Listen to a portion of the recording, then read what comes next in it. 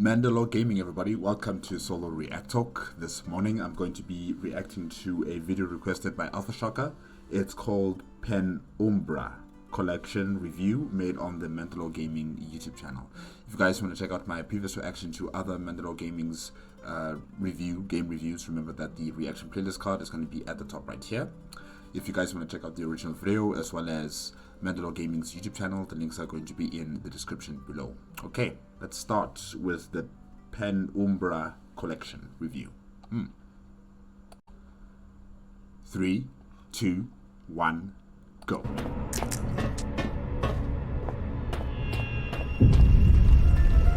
What the hell?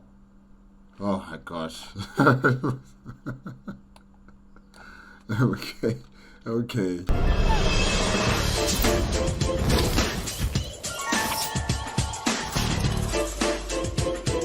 Amnesia the Bunker came out a while back, and I've heard a lot of good things. It also made me realize that I haven't played an Amnesia game since A Machine for Pigs. I've gone back to Penumbra, The Dark Descent, Soma, but A Machine for Pigs... Hey, Soma!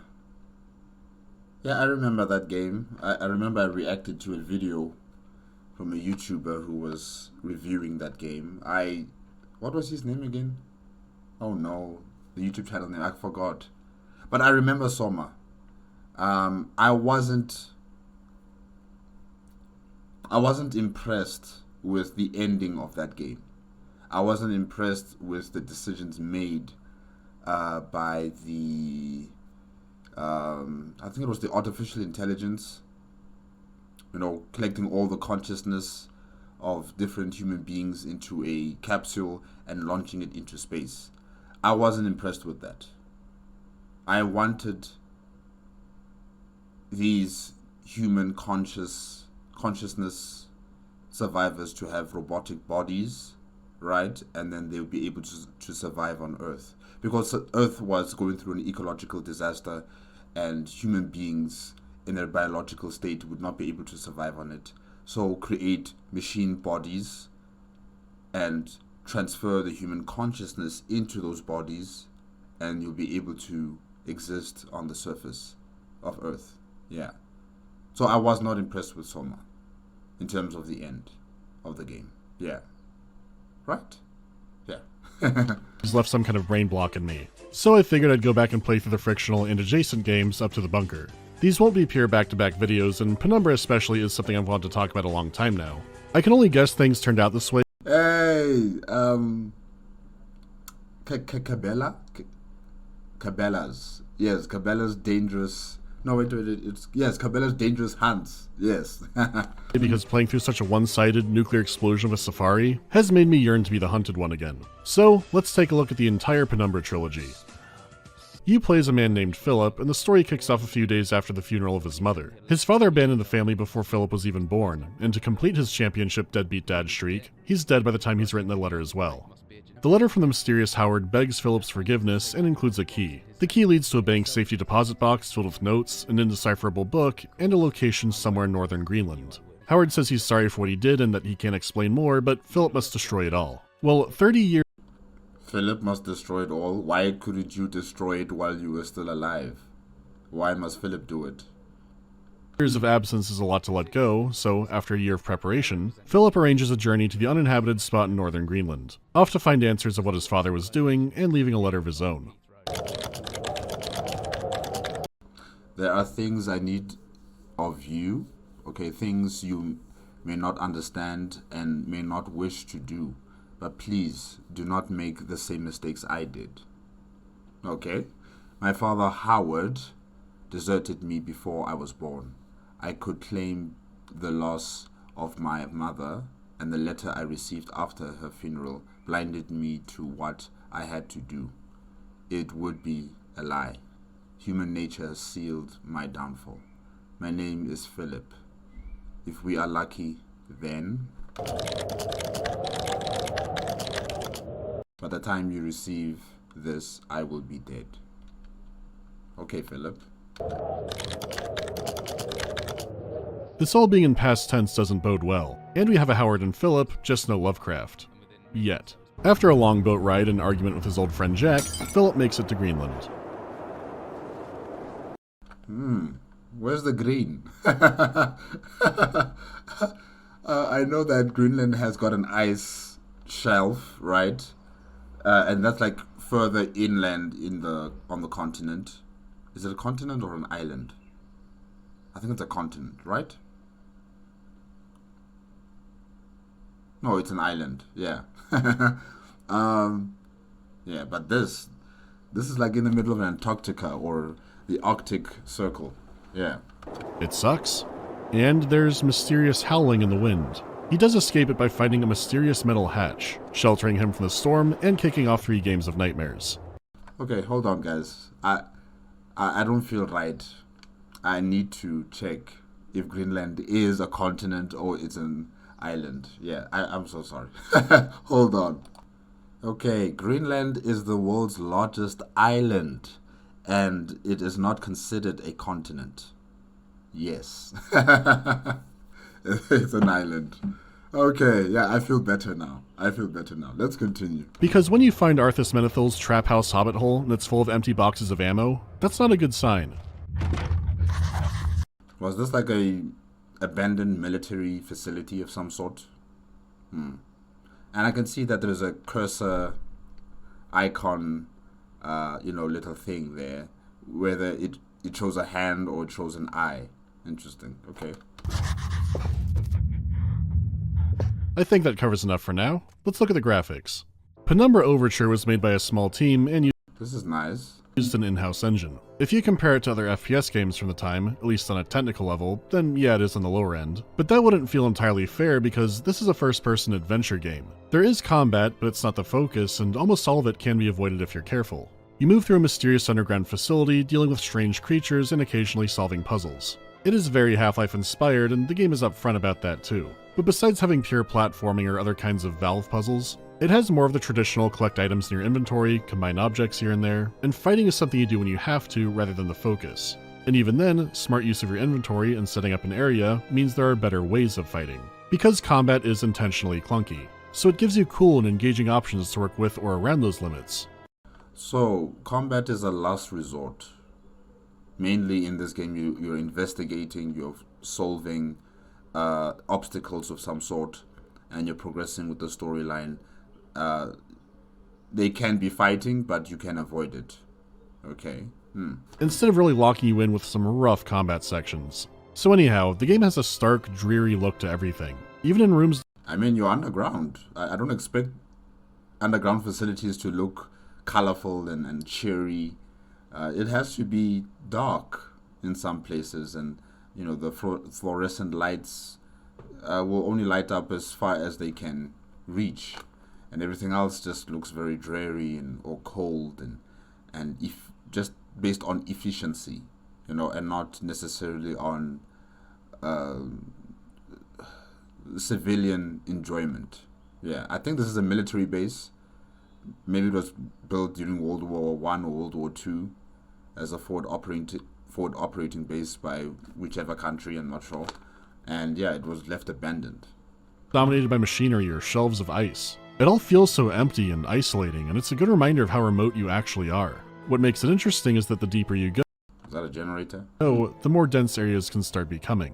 Going farther into Bedrock Hell reveals more answers, but it also comes across as more lived in and less surreal than previous areas. You're being breadcrumbed by little pockets of civilization and humanity on the way down, but ultimately, you are going deeper.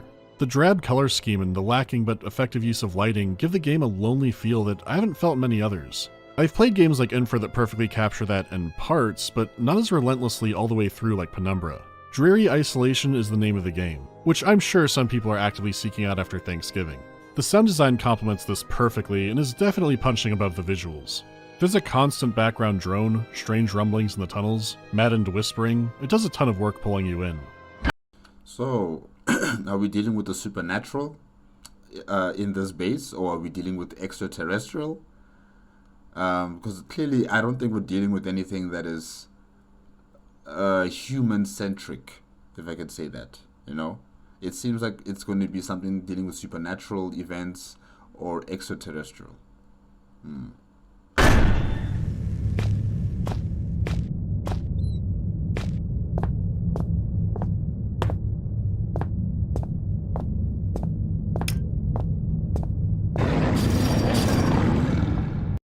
Oh gosh.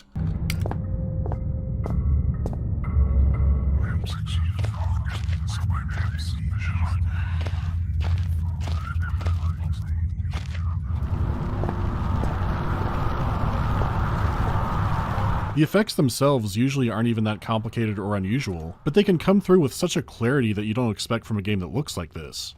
Then the sounds of some enemies will be uncertain and muffled enough that you're not sure where they are, which is such a great touch. The game has lots of appropriate string-focused building tension music, which is often front and center in the foreground and works great there. Yeah, I don't know if I would play this game. I don't know. So far, it does look very scary and very intriguing, trying to figure out about Philip's father and, what has he failed and why is it that you, as the son, now have to take over this responsibility to deal with whatever inside this facility. It does sound very interesting, but, I need action. I need action. Yeah.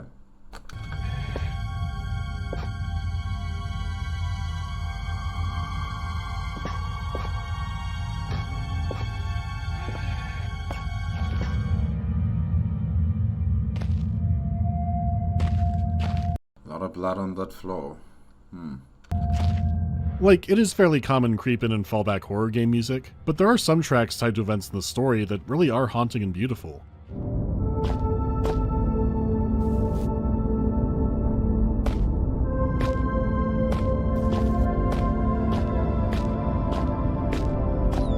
Man, this music is nice. Yeah, it reminds me of some of those sci-fi production TV shows that I used to watch. Yeah. Like, way back. Honestly, I think the soundtrack is incredibly underrated. Right from the title screen, there's so much emotion to it. Though, to be fair, the best stuff is drowned out by how often you hear the Dogs on the Prowl theme and tracks like that, but man, the highs are so high. Also, the game only has 2 voice actors. One is Philip in the opening narration, who's fine, but his role is also uncredited. It's actually the game's writer. They were just running short of time and money and couldn't hire a proper Philip in time for launch. The other is a crazed rat man who only contacts you over the radio and is your only real friend. A crazed rat man? Okay. So that's the only other person in this facility. Those holes in my mind are increasingly gaping. You cannot breach the inner sanctum of the place of storing. The entryway is blocked. So what if the squashy material between my ears is squashier than most? He Okay. absolutely sells a character that has lost his mind, but knows things. Where you might not feel too invested in Howard, good old Red here gives you a lot more to chew on. He just gives a really solid performance. When it comes to the game itself, Penumbra was intended to be a trilogy from the very beginning. Like the original Half-Life 2 plan, they would be short episodic games that would come out not too far away from each other. This plan was kept slightly better than Half-Life's. Keeping that in mind, Overture is a short game, only a few hours long. And narrative-wise, it does make it tricky to try and view it standalone. There are lots of musings on Howard and the family situation, plenty of clues that are brought up but not resolved or elaborated too much on. Overture actually is just surface level. Philip is breaking through the upper levels of the strange bunker, and won't be in the heart of it until the next game. There are still some good side stories to follow, like the tale of a trapped scientist. It's possible he's still alive somewhere, he's just been living off of spiders. Still alive? Like how many... Like why are there people in this place exactly? Is it not abandoned? Now there's this rat person in here, rat man, and a scientist somehow got into this facility and has been trapped in here for who knows how long. What's going on? He thought they were safe to eat for a long time until they started getting bigger, and then he got a strange tongue infection, which you can find the results of. Yeah. He kept it with the nice vintages too, so I don't know what that's Wait, what's that? Is that his tongue? about. Anyways, controlling Penumbra is very interactive. If they don't go in your inventory, picking up and using objects can mean actually picking them up with your mouse and moving them around. I like how the cursor hand, when you pick up something, it closes like this, and then when you throw it, it's flicking the item, to the wall or something. Yeah, that's interesting. There's no open door button, you have to physically push and pull them. The same goes for looting. Do you want to open a cabinet or a desk? Well, you'll be opening every individual drawer. Sure, it's not offering you a trip to Six Flags, but you may have been somewhere similar before. Having this kind of physicality puts you more in the game world. Interacting with objects actually gives you a sense of their density and weight. This feeds you a lot of information that you might not consciously notice. Whether you're trying to build a makeshift bridge or break a machine, having the objects in the environment interact realistically does ground the game in logic. A lot can be moved or knocked down, and you can alter their properties to make it possible. So it may be an adventure game with puzzles and obstacles, but it's telling you to approach them like a human being, and not some kind of baboon who's strung out on bath salts. What's this? Penumbra says thinking this through like you're in the situation is the way to go. Even on the rare occasion where something seems off, like an important item being especially high up and hard to see on a shelf, but you then find a note that reveals some workers were tormenting their hobbit coworker by putting the items up there in the first place. That's about as far as Overture will stretch its problem-solving logic. There are still a few tedious ones, but nothing that makes you feel too crazy.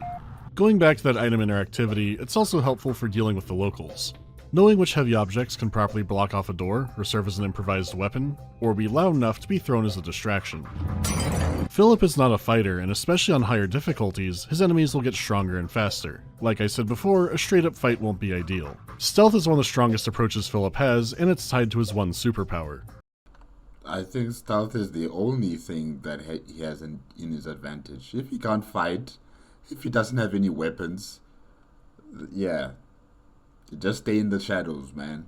See, normally you have two light sources. A glow stick, which will last forever but casts very little light, and then a proper heavy-duty flashlight. Though in all his wisdom and preparation, Philip apparently bought a flashlight that was used for clearing out Viet Cong tunnels. It drains multiple batteries per hour, and finding more automatically refills it a measly 10%. If Alan Wake had this flashlight, he'd be dead before sundown. That's how shit it is. But you won't catch me using it too often because by just holding still, Philip will gain night vision.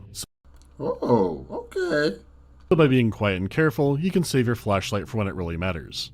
So the main loop is gathering items and completing puzzles while keeping your face. And it's having those two aspects. Wait, what's that? Sorry guys, I'm getting sick. I'm getting sick, I'm losing my voice, okay? What's that? What is that? Is it a zombie? Is it a monster? Intertwined that makes the game work so well. It's walking on four legs. Yeah, it might be an animal. But how would it get into this facility? Like on its own, having the click-drag interactivity is neat, I guess. It's fun to use more arm movement than usual to actually smash something, and then you feel kind of annoyed because turning a valve feels incorrect, like you need a bigger mouse pad or something. It puts you more hands-on in the world, noticing things you might not have otherwise, but it's also clunky and intentionally so. To get into that more, one of the enemy types you face down are dogs. Aggressive, How? How are there dogs in here? What are they eating? The spiders as well? Or something else? fast, likely undead dogs. The dogs you see on a walk that you're confident the owner will have no control over when they go apeshit. Like, surely a wooden door and two barrels will at least slow Cujo down. You could Oh my gosh. sneak past them, but if you're staying in an area, that means you'll have to keep sneaking past them. Which is still doable, especially if you have super distracting items like flares. But you could find stuff that would really occupy their time, like beef jerky and other food. You could leave it alone from there, or compound that distraction with a chemical compound and send it straight to the dog afterlife. But that's assuming there's only a dog around, and a big explosion won't call in more. At the end of the day, you could go for the straight up fight, but your swings will still be awkward and slow going. A dog usually won't stick around to fight to the death either, and will run off, howling for other dogs, or finding a spot to recuperate. Even by using the environment to try and get an easy pick-off, there's still a lot of factors that you can't be sure about. And that is what puts so much great tension into the enemy encounters. Sometimes you launch an ambush and it goes perfectly to plan, sometimes you think you have a great setup and then it all falls apart. Then sometimes you're caught with your pants down, make a split-second decision, and it all works out. Overture gives you a lot of options for dealing with enemies, but never points to one as the correct or easy one. Though if you are a natural at it, or have replayed this game as much as I have, getting good at pickaxe foo is a very good solution. Pickaxe foo, okay. It does stay floaty enough to not feel reliable. You can see here the dog is like sinking to the floor. It's not perfect, but for its first iteration, there's a lot of interesting stuff here. All the options in deciding how to approach. Those look like eggs. You know, those alien eggs, the xenomorph hand eggs. Yeah, that's what they look like. an enemy, maintaining composure using the game's control scheme, opening doors and doing things that would be one click in most other games. And besides, this doesn't include the enemies you won't be killing.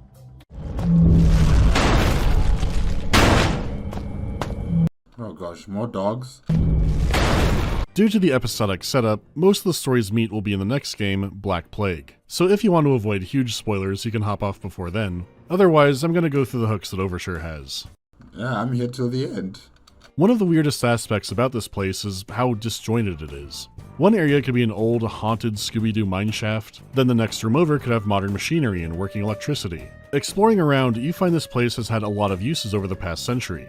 In the early 1900s, it was being used as a lead mine, but one that was considered to be an especially dangerous lead mine, which is kind of like saying you found an especially dangerous nuke. To the point it was called a death mine. University researchers found abnormally higher rates of suicide and schizophrenia among the mine workers. Because again, all lead mines come with this, but the entire crew shouldn't be this insane or dead just yet. The researchers found that some rocks in the cave had hallucinogenic properties, and that was the cause of it. So, hallucinogenic properties? Huh. From the minerals. some local Inuit workers claimed it was the work of the Tuurngait, which the university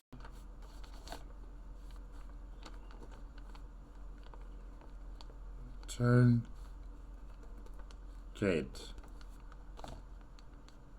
Alright. Inuit spirits known as the Tuurngait. Let me write it down here. So, we're dealing with something probably supernatural, or these Tuurngait are aliens that are extremely advanced, and the Inuit people saw them as spirits. Yeah, it's either one of the two. Either we're dealing with something supernatural or we're dealing with something extraterrestrial, and the Inuits saw them as spirits. calls spirits the mountains, but you can find an article written by a convert to Christianity who tries to define what these spirits and beliefs actually are under their new religion. He didn't try to pull off the Uno reverse card that practices like Hinduism do. Oh, you've got a new character? Welcome to the roster. So a Tuurngait is a disembodied spirit that causes misfortune, which on the low end means your tools break and on the high end means a possession. So the writer acknowledges that it's basically a demon. But not all Tuurngait stories depict them as evil. The writer thinks it's because the tribal shamans are in on it too and part of the problem. Okay, so current culprits are evil spirits or trippy rocks. Well, from there, part of the mine was converted into a British command bunker during World War II, and over the years, the soldiers there began to find strange artifacts. These are your save points, and they give you strange visions of Howard, yourself, strangers you don't recognize, and Philip thinks they're taking part of his soul. Strange events and deaths continued, other scientists came to study the strange mutations in the wildlife, and it wasn't until a massive unknown disaster happened that the place was finally shut down. But it wasn't long after until another group began to set up, including Howard. They called the facility the Shelter and began to set up purely to study all the strange things happening. And The Shelter. So, it went from being a mine to a British military base, and now it's called the Shelter, owned by private individuals trying to figure out what's going on. Alright. They operated here with only relatively minor incidents for a good 30 years, researching the strange substances, the wildlife, the artifacts, everything. And their reports don't come across like a government agency. They refer to their ranks by castes and imply that their work there has some kind of higher purpose. The Shelter is just one spot of interest, and they're powerful enough to operate all around the world. So does that make Red, the deranged voice, a secret society member?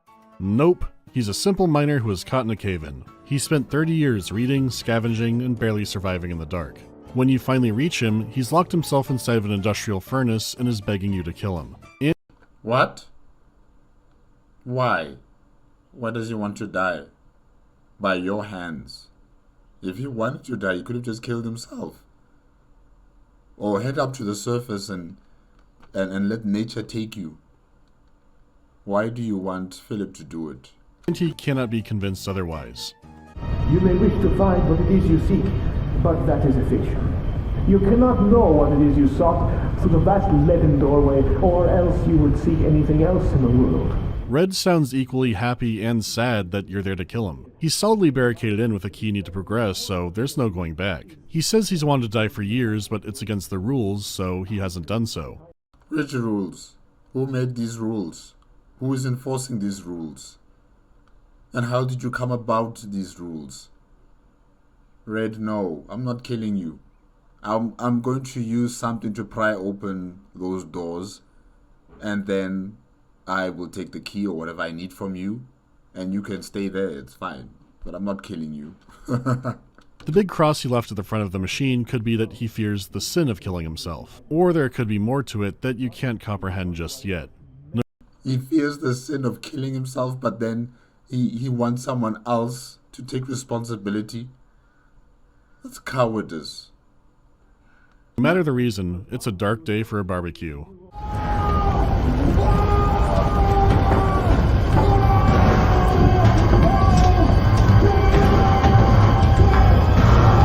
It must be a slow burn. A very slow burn. It is a horribly slow process. You didn't get to know Red well.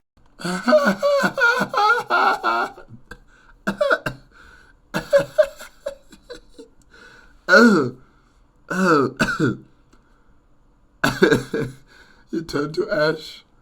Wow, that was quick. Well, not really, but oh wow. Well, but they made his death so long and agonizing that it's an effective scene.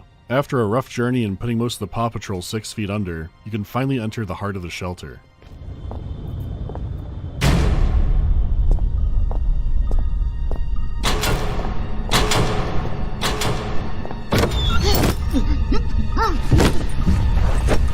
What's happening?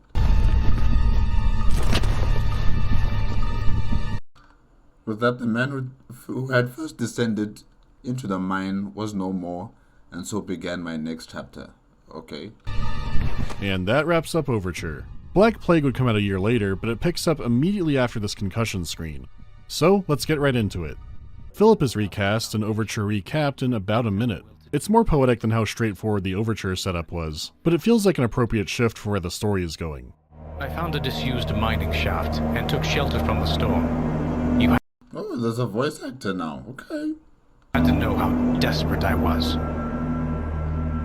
I was plagued by doubts, fears, and mysteries, and aided by a madman, Red. Is that Red? Oh gosh. You had to know how lonely I was. I incinerated my best friend. Red told me he wanted to die. You had to know how guilty I felt. I ventured boldly onwards, and was struck down by my own heroics. You had to know how stupid I was. Heroics? What heroic actions have you done? No. You're not a hero of any sort. Oh gosh. All of these things. So human, so perfect. And yet still I fail to do what I must now ask of you. Philip awakens somewhere in the shelter, imprisoned, and already in a certified Half-Life crawl space adventure. Compared to Overture, this is a Salvation. proper modern research facility. It has employee amenities, ketchup, the most lore-significant of condiments, and that thing. Ah! What is that? And sometimes the world will break apart into surreal nightmares. It controls the same, but a lot has shifted in just that year. For one, the game looks a lot sharper. It might not come across in YouTube compression, especially because the game has a similar drab color scheme as the previous one, but when you compare an identical room like the boat cabin, you can see where improvements to the lighting change the mood of an area. But I suspect that you still won't be able to really fight in this game, in the third installment. It's still as a last resort to fight. Yeah, because I saw whatever that thing was that was chasing Philip. That thing, you need to kill it. But it seems like you don't have weapons to kill it. You don't have a pickaxe anymore. Yikes. Some assets have been touched up here and there, but there's also a greater variety in locations. Hearing that Black Plague is in one research base makes it sound like it would be more static compared to Overture. But no, they let you explore a lot of the parts of the space, and then areas beyond that when things take a turn for the surreal. Aspects that were great before, like the sound, have better mixing and new enhancements. The soundtrack is a lot less repetitive, and uses its high points more effectively.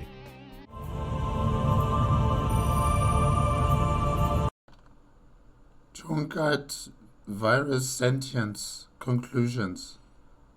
Sentient? A virus that is sentient. Interesting. So is it terrestrial to Earth, or is it a extraterrestrial life form? Since leaving the bastion of humanity in place behind, it has become clear that my faith was well placed, my conclusions were correct, and it is only that which has brought me this far. It has taken me some time to make my way through the infected area of the shelter, and with the observations I have made, my prior discovery seems all the more obvious and vital. The infected humans communicate with one another. Simpler communication is observed in infected creatures of all species. At times, the infected seem to coordinate with,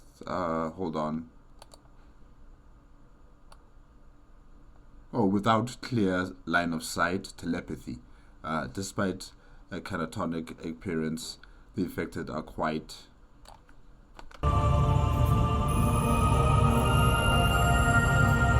You can see the better production value all over the place, and this even extends into the puzzles. Overture was logical, but mainly physics problem solving, which Black Plague still has plenty of. So if we're gonna go on this Tuurngait virus being sentient, and it has affected the dogs, it has affected human beings, and it has made them into zombie-like creatures that can talk to each other telepathically. This entity, is it from Earth or is it extraterrestrial? And if it's an extraterrestrial, how did it get here? Did a ship crash land in Greenland and it was brought into the base by Philip's father? Or Philip's father's organization. Yeah. Now more problems require grisly and unusual solutions, like needing to extract blood for a door lock because a new policy banned the unpure, at least according to the daily special menu. You might need to grab a severed head, Oh my gosh. some other body parts like you're digging through a Goodwill, Shai Halud has a crackhead cousin causing problems, What is that? and sometimes it means setting up a fucking computer.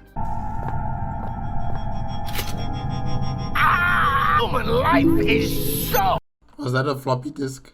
banal. Is it always as monotone as this? I can't stand it. Let me out. Even when it gets more bizarre, it's still rooted in logic, and there will be hints around. The otherworldly sequences are an exception, but they're mainly just asking for some experimenting. You can get stuck in more puzzles compared to Overture, but overall it's a good evolution. At its core, you're still thinking like you're a human being in the situation, but now some problems are becoming more fantastical. You know, in real life you might have to push some furniture around every once in a while, but if you often find yourself trying to pull Tiberium out of a claw machine, you live a more charmed life than I. So this side of the game saw great improvements, but there's still more to cover. On the survival side, the first noticeable change is that batteries are an actual item now. They don't automatically recharge your flashlight, so you can now stock them up and use them as needed. And each Let me guess, they also run out and then you'll have to look for more.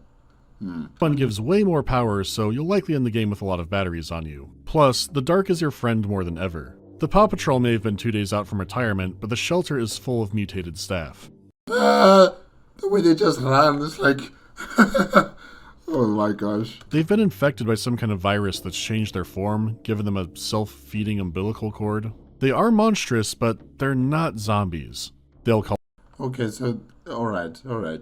out to you and each other. They still use tools. There is intelligence in them, and they're a lot better at hunting you down than something like the dogs were. But basically, this conscious virus has, transformed these human beings into its own needs and purpose, like a host and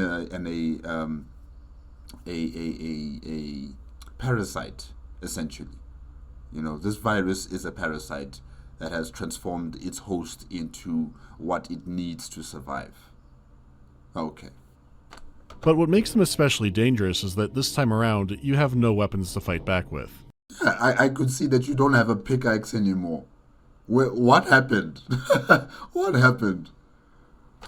Well, sort of. Overture's melee system is completely gone. The obvious effect is to make the infected more scary because they can't be killed. You can still distract them or hide, or technically fight back by throwing an object to stun them for a moment. So you can't blow up a gas cylinder like in the previous installment where you could just, ignite a gas cylinder and throw it at one of the dogs and they would blow up?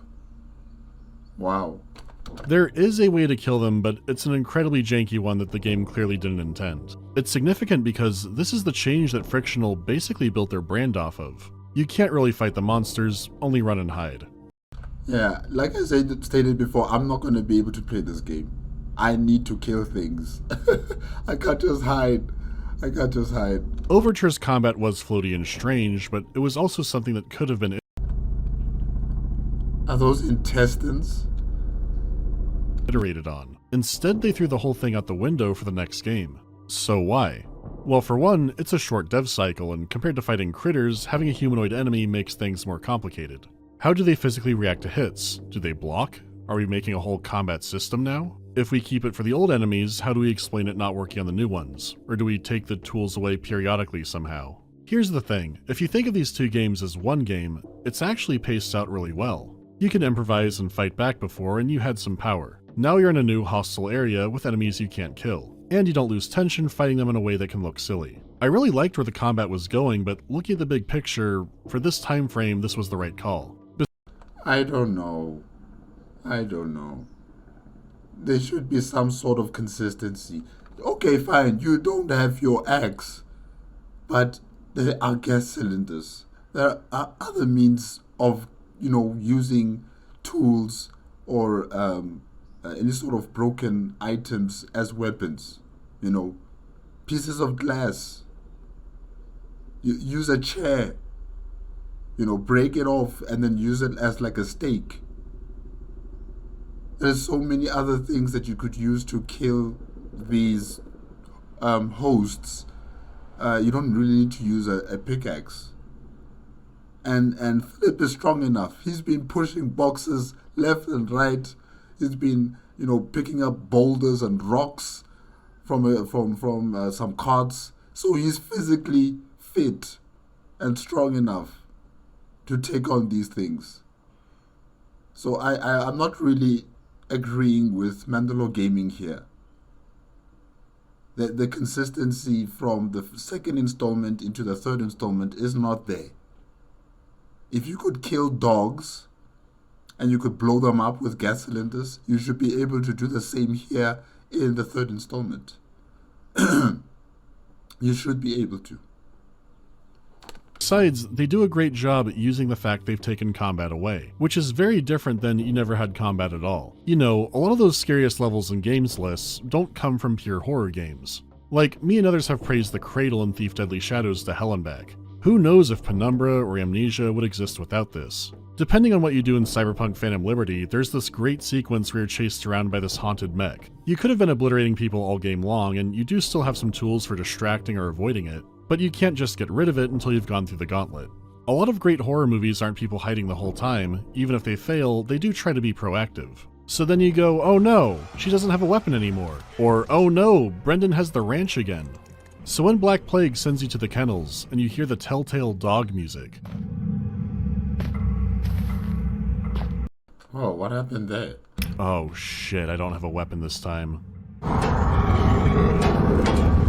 The horror games I enjoy most really know when to give and take. So when you're playing Black Plague, it teases you with challenges that Overture had, knowing you won't have the same solutions. It still has incredible, frantic, tense sequences that don't rely on combat at all. Only the threat of it coming, and you can't fight back anymore. Because you're on the verge of unpacking a secret society and discovering the horrible truths of the world, you might expect the tone to be even more oppressive and lonely than Overture. And yeah, it does get way darker at a few points. But there's also a good amount of dark humor compared to before. How about the Secret Society? It has about 30,000 members worldwide.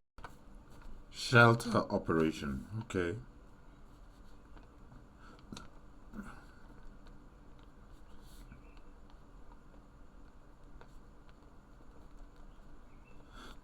And this is the organization that Philip's father was working for. Okay. Worldwide, and is called the Archaic, but only by technicality because it has no real name. Why is the logo SS? Shouldn't it be SO? But anyways. The name gives power in identifying something, so archaic is just an internal term. Their work was based off Leonardo da Vinci and founded by his student, Francesco Melzi, and they fueled rumors of their gay love affair to cover up their real research on beings not from this world. This is canon. The modern version of the archaic is similar to Black Mesa, complete with having slideshows telling you about the importance of your cyanide capsule. Shelter Research Station is encountering technical difficulties. Please have your personal cyanide capsule at the ready. Cyanide capsule? Oh my gosh. It's made perfectly clear how little the elites care about the lower caste. So as you explore, you get bits of corporate dark humor, which is played up, but not too often to be annoying. Also, you'll be interacting with a few characters this time around. Who? Like Dr. Swanson, a shelter scientist who may have a cure for the infection, and Clarence, who is the infection waking up inside of Philip's brain.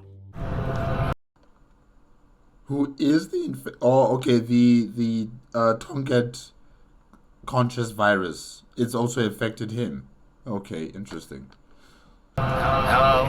Can you hear me? What am I doing here? Who am I? So it's not yet taken control over his body like the other people who have been infected. Meaning that there is a time, process as he is slowly being transformed into a host for this parasite. Okay. Why can't I hear their voices? It's not clear when exactly Philip was infected, but Clarence appearing in the strange visions means he's well on his way to becoming a ghoul. Clarence has named himself after the character in A Wonderful Life because he also thinks he's a guardian angel. It's also because he's pissed off since he could go through all of Philip's memories and he never finished the movie. Huh, how does it end? Now I'll never know. That's actually kind of funny. But also kind of interesting, having someone to talk to in your head.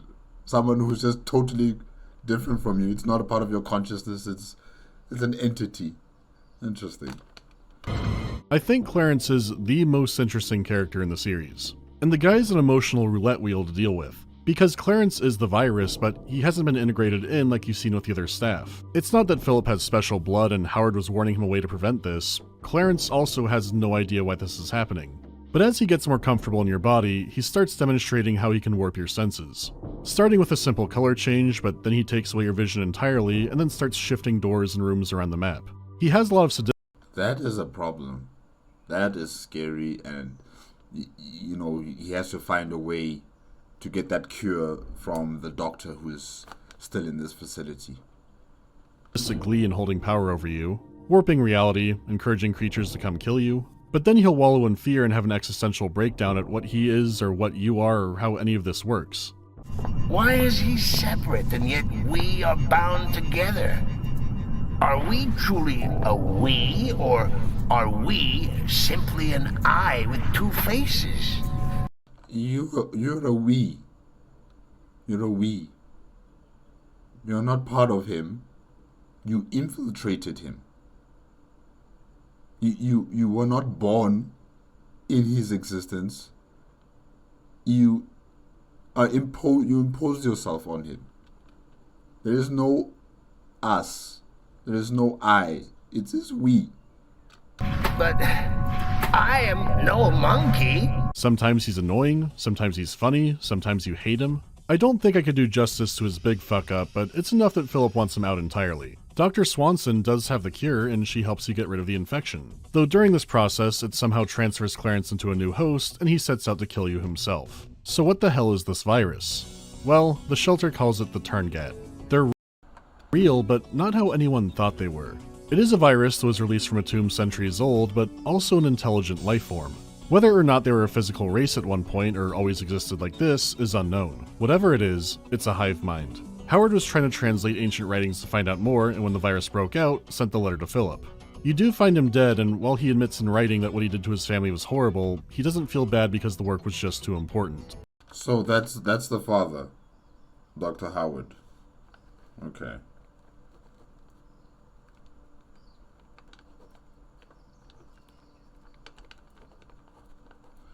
All right. His final theory was that there could be a way to communicate with the Tuurngait hive mind. After all, the Inuit had some kind of relationship with it in their stories, and they weren't always bad. Dad's theory was correct, but judging by his demise, it's not hopeful. But when Clarence has you cornered, the rest of the infected move up to destroy him. Wait, destroy who? Clarence?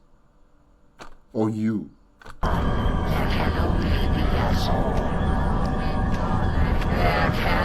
Oh gosh.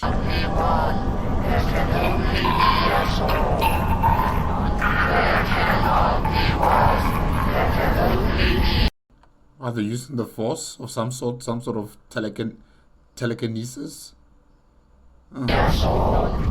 At the end, this one was more human than you would have believed. Mankind, for his actions, I am sorry. For this next misconduct, I am sorry. Do not hate me. Like your father before you meet the Tuurngait hive mind.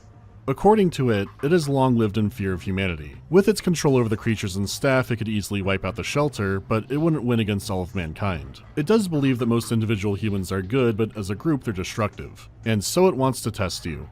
It gives you multiple trials with different solutions. Acting selflessly and for a greater whole is something that pleases it. And if you fully prove yourself, it reveals its side of the story. So Clarence was a deviant, if I could say that. You know, because he was living in Philip for so long and he was imprinted with Philip's memories and his attitude and the way he carries himself, it's now transferred into Clarence. And once Clarence had his own body, he started to think more like a human being, and he started to distance himself from the hive mind, and the hive mind saw that as a threat, and they needed to neutralize him. Okay. It is an ancient alien, but what the shelter called infection, some cultures called symbiosis. The Tuurngait's shared knowledge and memory meant that a person in a tribe who had it would be a great source of information. It could teach others and generally be wise. This worked in isolated pockets, but as humanity spread and grew, the Tuurngait decided to withdraw. Since it only thinks in one direction, it sees mankind as a giant brain ripping itself apart. We have no unified goal, are full of conflict, but keep advancing forward. So when its tomb was broken into, it attacked in self-defense. Experimenting with the virus and finding ways to cure it were ways of killing the Tuurngait. In ultimate irony, what it wants from Philip is the exact same thing it wanted from Howard. Destroy all information about the shelter, keep people away, and let me rest here in peace. The best thing Philip could have done was let sleeping dogs lie. This loops back to him writing the first letter as reality crumbles around him and he decides what to do. But basically he didn't have to come here then, It was his father who insisted that he should come to this base. If the father had not written that letter and just died in this facility, no one was going to find this place. Red was going to die eventually. Dr. Swan as well was also going to die eventually. No one was going to find this place. And they would have had their peace until they die themselves, the Tuurngait. Weren't the infected trying to kill us all game? Sure, but until this point, it just saw Philip as another threat. Or it could have sensed the aberration that was Clarence and was more out to kill him. When he's out of view, the Tuurngait is fine. Was it really pure self-defense, or detecting humans again, did it just attack on sight? Oh gosh, man, the way they walk, the way they just wait in the distance and then they just start walking towards you. Oh, it's a bit scary. I'm not gonna lie. That is just, it's catching me off guard. Yeah. If you really dig into the clues, there's plenty of evidence that says the Tuurngait is genuine, and there's lots of evidence saying it could be manipulative. Unlike Frictional's later games, you don't make a choice here, Philip does it for you. Will you do this for me? It asked, and I said I would. I promised the hive that I would contact someone I could trust, that I would have them destroy all evidence of this place, just as my father had promised himself. I, however, will not make the same mistake my father made. You now understand the truth of the events. You must have the strength to do that which I could not. The Tuurngait was quite correct. We humans are dangerous, headless, herd, but intelligent individuals. The members of this facility sought to reveal and control the Tuurngait, and the Tuurngait turned to me for salvation. The hive ran its tests on me, and I jumped through its hoops like the monkey it took me for. But I am no monkey. The Tuurngait was right. I am an entity unlike it. I had more in common with Clarence.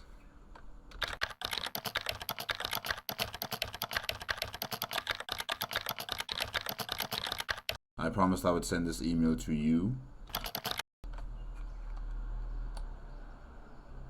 I promised I'd send this email to you. I promised I would ask that you keep all humans from this place, okay?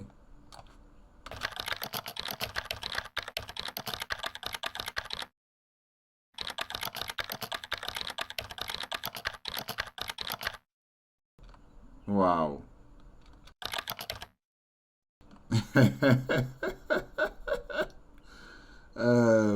Yes, kill them. And that's the end of Black Plague. It's a dark ending, but gives you a lot to chew on. Did the Tuurngait sever individual strands like Clarence because it's the opposite of humanity? Does it fear any individual not it and will do anything to survive? Don't get me wrong, it's a really fun game. The first time I played it, I was hot seating with some friends and we were tearing through a frozen pizza. It's a scary monster chases you game and really excels at that. Wait, what's this thing that's dangling on the stomach? Is it? Oh yeah, I think MandaloreGaming did say that it was like a feeding aperture of some sort. Yeah. Okay, appendage, I mean. But it takes an existential turn with a perfect cliffhanger that you don't really need to resolve. And that was the plan. Fuck the trilogy, let's just make it 2 games. Well, through publisher, here's Requiem, an expansion for Black Plague. It's pure puzzles, no enemies, and implied to take place in Philip's brain during the end of Black Plague. So, here we go. You teleport between levels using a fucking Stargate and talk to many characters throughout the series, living or dead, or their tape recorders, and the energy has gone from Black Mesa to Aperture Science. The levels are all pure problem solving and not meant to be real places. You manipulate gravity emitters and timed gates and teleporters. There are no new monsters, in fact, there are no monsters at all. Some areas have nice atmosphere, but there's no tension, and there's no feeling of stakes or reason for doing any of this. Sometimes you heavily rely on exploding ketchup bottles, because like I said, these are lore significant condiments. It starts breaking the 4th wall and calling you the player, so I broke its 4th wall and started breaking all the fucking physics. No more platforming for me. You can choose between 2 different endings, and one is burning yourself in the furnace with red, or you can just leave and get back in the boat, and it's all symbolism, and I don't care. This doesn't matter. None of this matters. They used to sell this one standalone, but not anymore. It's only 2 hours or so, but a terrible follow-up to Black Plague. What do you call an expansion that takes away so much? Is this an implosion? I don't have much to say, it just feels messy.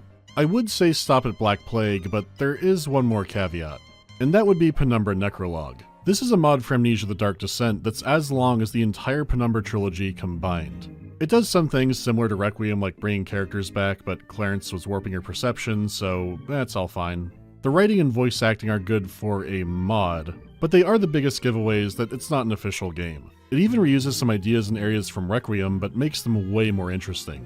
There are lots of new areas, new challenges, enemies restored and polished up from the tech demo, entirely optional areas and encounters, some puzzles have multiple solutions, multiple endings, and an original soundtrack.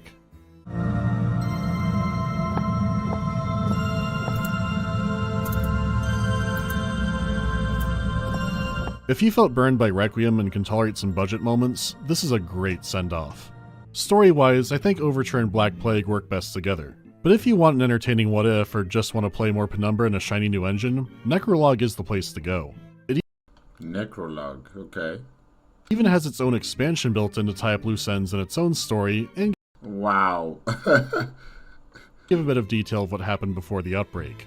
This one does go farther off the range with the story and some enemy designs and other stuff for my liking, but it is cool there is this line of active fan games. In fact, a new one just came out using the Soma engine. If you liked Penumbra, they're definitely worth checking out. Despite its shortcomings and lack of polish in areas, I love Penumbra. Or at least I love 2/3 of Penumbra and some stuff some fans made. It's especially neat now where you can see them experimenting before the Amnesia conga line. I did invoke the Goglins on this one. The pinned link will have all the Penumbra games for about $1. They also wanted to mix and match with Soma and some other stuff, so we'll see how that goes. The cold is finally setting in here, so more spooky games to come soon. In some order.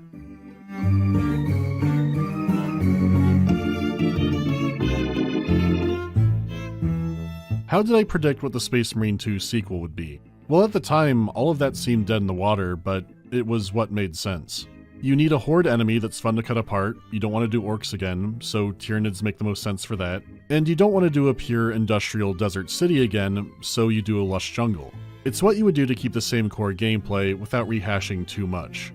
Any interest in covering Bolt Gun? I still haven't finished it. There will be some more Warhammer videos in the upcoming year, but there have been some videos like this that I just put off too long. Thoughts on the new Factorio expansion? Having the space guy working on it is terrifying.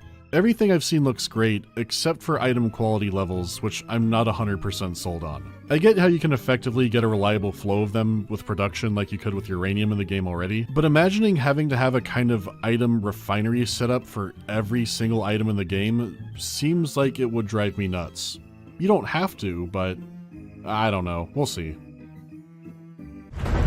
Holy hell! I mean, good. Yeah, more monkeys for the incinerator.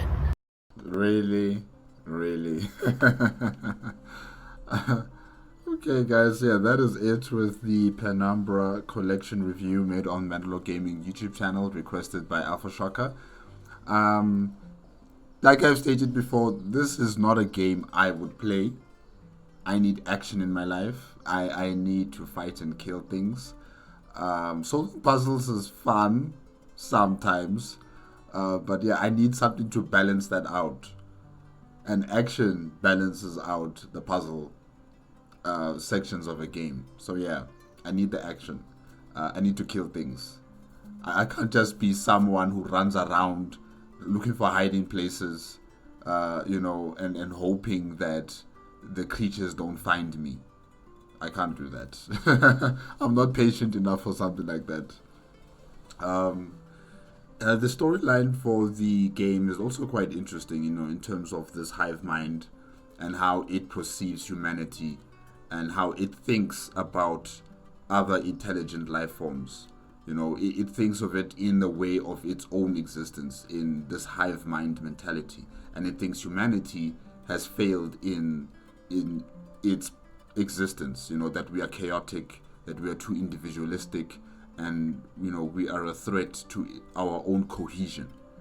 And that's why it also took out clearance, because it saw it as a threat to its own existence and cohesion as a hive mind. So yeah, it's quite interesting, about this intelligent, conscious virus that is able to affect, other living beings and then transform them into the hosts it requires, for its purposes. So yeah, that is very, very interesting. And the fact that it had prior communications with human settlements belonging to the Inuit people, and how they saw them as spirits, and how they, spoke with the Ingot hive mind intelligence, and they had their own peace, but the shelter operation, or other organizations, not just the shelter shelter operation. Sorry, yes. They started to research and started to experiment and trying to figure out ways to utilize this entity. And yeah, Philip also, he lied to this intelligence, telling it that he would help them, but it was a lie.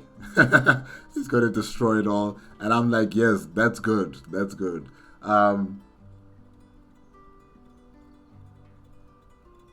Normally I would not agree that we should wipe out this entire species, because it's an entire intelligent species that also has a right to exist. But the way it's able to influence other human beings, the way it's able to transfer its spores or its virus from one human to the next, we're going to have problems on Earth if this thing gets out of Greenland.